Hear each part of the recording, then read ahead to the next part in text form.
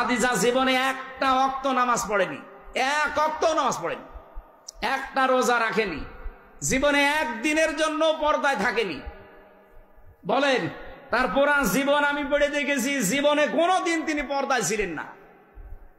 নামাজ পড়লেন না, রোজা রাখলেন না, হজ করলেন না, যাকাতও দেননি, পর্দায়ও নেই, অথচ আল্লাহ সালাম দিয়েছে জান্নাতে ঘর বানিয়ে পাঠি।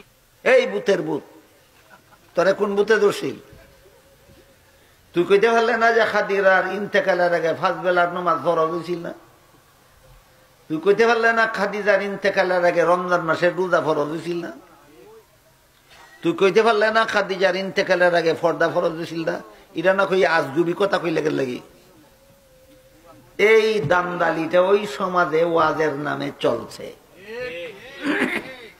আমাদের বর্তমান সমাজে অনেক বক্তারাই শ্রোতাদেরকে আজগুবি কথা বলে তাক লাগাইয়া দেওয়ার জন্য অনেক মন গড়া কথা বলে থাকে, অনেক মন গড়া কথা। এই মাত্র কয়েকদিন আগে এক বক্তার বক্তৃতা নেটে দেখলাম, কয় নবীর বিবি খাদিজা রাদিয়াল্লাহু আনহা জীবনে কোনোদিন এক বেলা নামাজও পড়ছেন না, জীবনে কোনোদিন একটা রোজাও রাখছেন না, জীবনে কোনোদিন পর্দাও করছেন না। নবীর বিবি জীবনে একটা নামাজও পড়ছেন না, একটা রোজাও রাখছেন না, কোনোদিন পর্দাও করছেন না। এই কথাটা বললে তার শ্রোতারা কি বুঝবে? বুঝবে তাইলে আর আমরা নামাজ রোজা না করলে অসুবিধা কি? নবীর বিবি যদি নামাজ রোজা না করিয়া পর্দা না করিয়া জাহান্নাম থেকে বাঁচতে পারে, তাইলে আমরা বাঁচতে পারবো না কেন? জাহান্নাম থেকে বাঁচার পথ দেখাইলো না জাহান্নামে যাওয়ার পথ দেখাইলো? কেন? একটা আজগুবি কথা। এমন আজগুবি কথা শুনলে মানুষে তার ভক্ত হইয়া দেবো, তাইলে তো আমরা একটা পথ পাইলাম আজকের থেকে, জাহান্নাম থেকে বাঁচতে নামাজ রোজা লাগে না।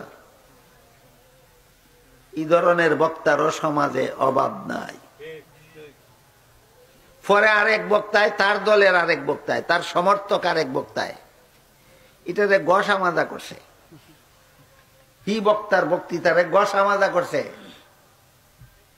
কয় খাদিজার ইন্তেকালের আগে 5 বেলার নামাজ ফরজ হইছে না। তুই ইরান না কইবে ফরসে না কইলে কেন লাগি? এই বুতের বুত, তোরা কোন বুতে দোষী?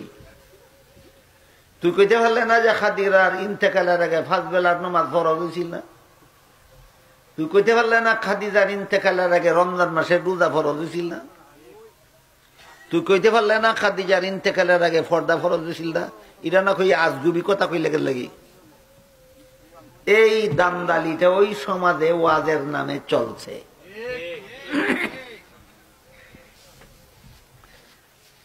আর একটাই ওইটা কয় বদিন জেলখানাত নির্যাতন ভোগ করছে, নির্যাতনের কারণে মাথাটা ঠিক না,